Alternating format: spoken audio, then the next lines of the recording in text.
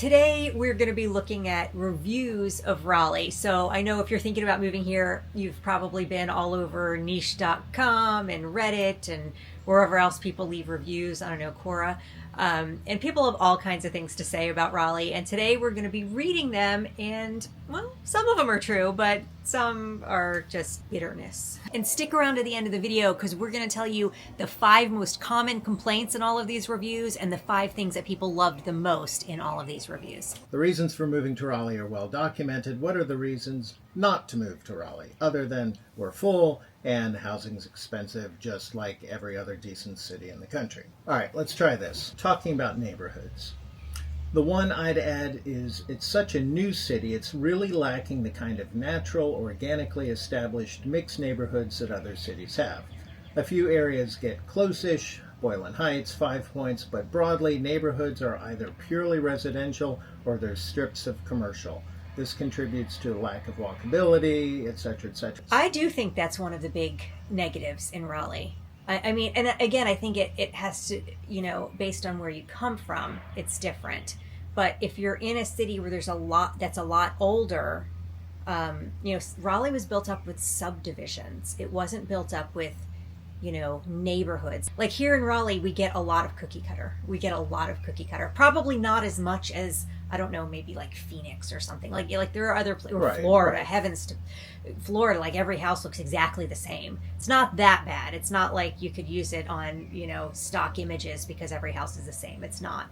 But there's a lot of cookie cutter development here. Right, but if you're looking for neighborhoods that you can walk to the local pizza shop, you can walk to the pharmacy, you can walk to a grocer, you can walk to a pub or a coffee shop or something like that.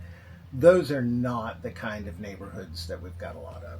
Yeah, we don't have a lot of them, but the ones that we have are super popular. And to be fair, what year was that review from? 2 years ago. Okay. I mean, to be fair, a lot of recent development, I would say over the last 10 years, they've been trying to do that. They've been incorporating commercial restaurants, coffee shops, stuff, doctors, things like that into the neighborhood because people want that walkability. And I don't know, I would say that in some areas that you can get quite a bit of that these days. I mean, it's not in the affordable areas. That's probably what it is. It's not in the affordable areas. If you can walk to stuff, that's highly valued by people. Yeah. And so those tend to be the more expensive areas for sure. Hot Grandma says shit closes really early, very few late night places, almost no 24-hour stores. Even the Hot Grandma's going clubbing. All right, so what about that? Everything closing early? I think I'm a hot grandma. I don't care that everything closes early. I close early too. Does everything close early? I don't know. I don't go out after 9. Exactly. To be fair, we might not be the best people to actually answer that question because by 9 o'clock, if it's closed or open, we wouldn't know. I don't care. Isn't Harris Teeter open 24 hours? Some of them are. In the mid-90s, when I was living in Center City, Philadelphia, and I thought, I was country boy coming to live in the middle of the city, and I thought it was going to be like Seinfeld or something. Nothing like that at all. Everything there closed at 6 o'clock. And that's how downtown Raleigh used to be, too, for a long time. I don't think it's like that anymore, but probably more so for people coming from big cities. It probably feels that way. Yeah. I mean, mine are all good. So, okay, you want me to go to the bad ones? Well, no, give us a good one. All right. Growing up in Raleigh has been a great experience. We would do a lot of fun hikes, biking, or walking on the Greenway system, usually stop along the way or after for a fun treat at Good Berries or fresh ice cream. Our family would also enjoy the local lakes for paddleboarding, kayaking, and boating. If you love the outdoors, Raleigh is amazing. If you're looking for a lot of snow, this is not the place, but you can drive a couple of hours and be able to do all the snow sports as well.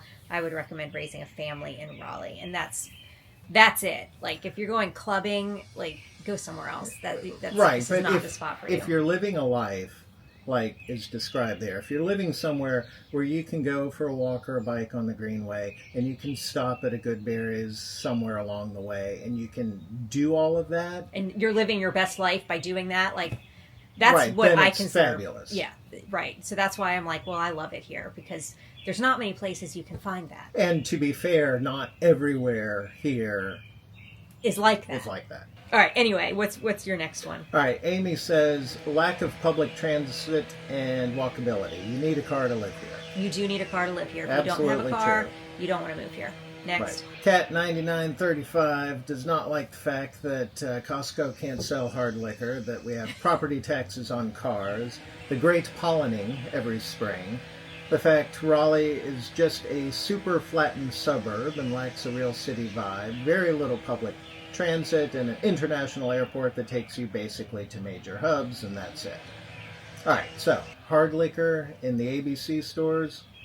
When I was in Texas last week, and I went into a liquor store, and I was like, if this existed in Raleigh, We'd be broke. I'm glad it doesn't. no, we wouldn't be broke. I'm just saying that the city would rejoice at something like this.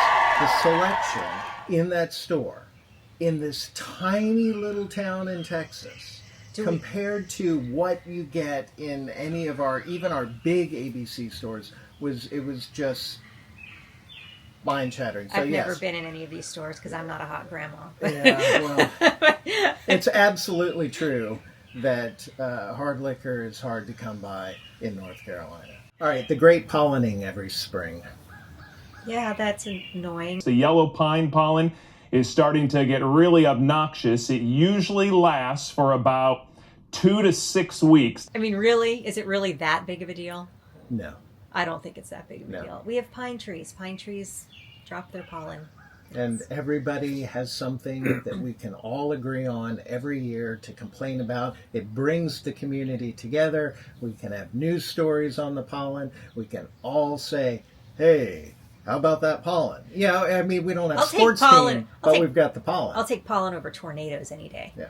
I have a friend that lives in Tennessee. She's a realtor, and she posts videos of tornadoes in Tennessee, like, all the time. I'm like, okay, I'm never going to Tennessee. I don't want to go there. True or false? Okay. Many of the roads and lanes feel too narrow. Infrastructure has been slow to catch up to the growth of the city. The narrow lanes, if you're driving in North Raleigh on like Wake Forest Road or Six Forks Road, yes. I do not like riding in those lanes up there. This is they're the older streets. But how common is that? How common do I drive up there? No, how common are roads like that? Like hardly ever. Those are just very limited. But again, we live in Wake County. We live in Western Wake County. We live in the newer side of town. Now, I will say that the east side, that is all being developed. So I would expect that to end up looking more like over here as well, rather than little skinny older roads. What did they have, like carriages when they drove on them or something? Yeah. Infrastructure's been slow to catch up to the growth of the city. I disagree with that so much. You need a tax base before you can spend money on the infrastructure. The infrastructure always follows the money. Where do you get the money from if you don't have people? Like, okay, you've got 50 people in a town. In 10 years, there's going to be 150. You think those 50 people are going to pony up money for the future people that may move here to build roads for them? I mean, a little bit. There's got to be some kind of advanced planning, but you cannot expect people to spend money in advance of the need for all of those roads. Right. I mean, to some degree. I mean, you can have some of the planning in place, maybe buying up the land or something like that, but I don't know. I just think that's I would disagree ridiculous with the infrastructure being slow to catch up. I think that, yes, it's more crowded. Yes, there's more traffic. But there's also road construction everywhere. Yeah. And that stuff was planned 20 years ago. I don't find it hard. I hate traffic. Like, I hate traffic, but I don't find it hard to drive around here. Yeah. I mean, during rush hour, it's busy, of course, and there's, traffic snarls or whatever, but that's everywhere. But throughout the day, you can drive all over Raleigh, and maybe we should do that. Like, you can drive all over Raleigh and never get in a traffic snarl. Traffic just moves. except at rush hour. So I don't understand what you're expecting. Obi-Wan Carl Noby says, it's not really a destination city like New York, D.C., or Denver. There isn't a lot of sightseeing to do, and there's not much of a tourism industry, so there isn't anything built in to do here. Absolutely. Downtown Raleigh is also a mere square mile, surrounded by miles upon miles of unwalkable and unbikeable areas. True. True. Disagree with it not being bikeable. It's one of the more bikeable places I've seen. That doesn't mean everyone's house is a great starting point for a bike ride, but just about anywhere you go is within 5 to 10 miles of a greenway connection. Yeah. Okay? Yeah. See, Dear Leader 420 says, the greenways do not equal bikeable. They're just paths that don't connect to anything except Crabtree, a couple of parks and roads.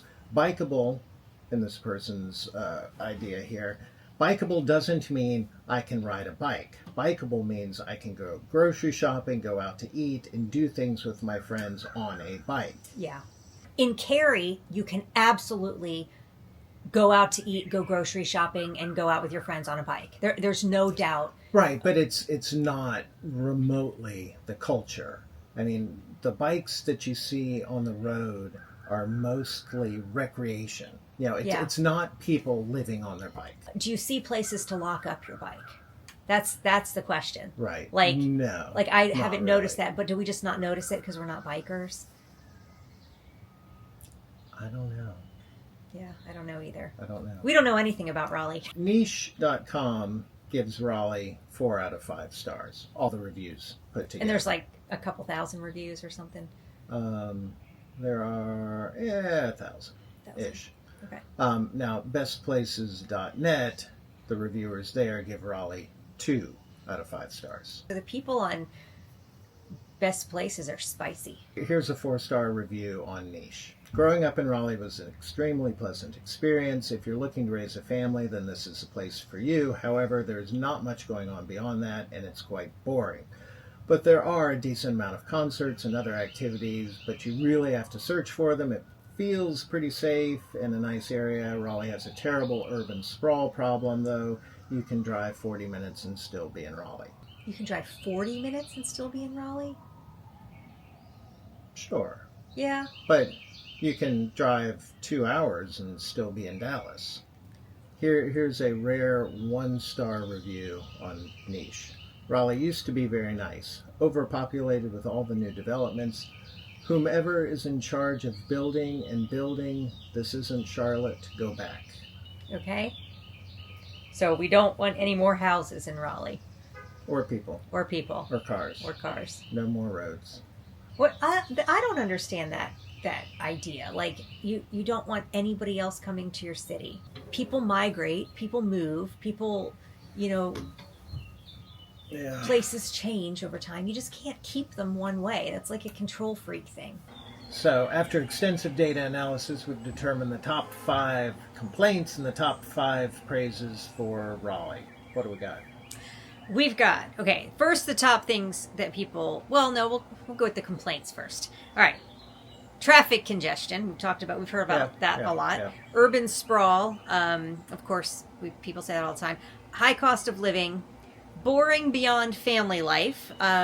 Which has got to be like the number one. If for people young are singles, complain, young singles in particular do not like everything is so boring here. And yes, if you're a young single or a hot grandma, I highly recommend, if you're a hot grandma, to go to the Villages, which is where my mother lives, and she is living her best life right now in the Villages. So, or if you're a young single, this is probably not the spot for you.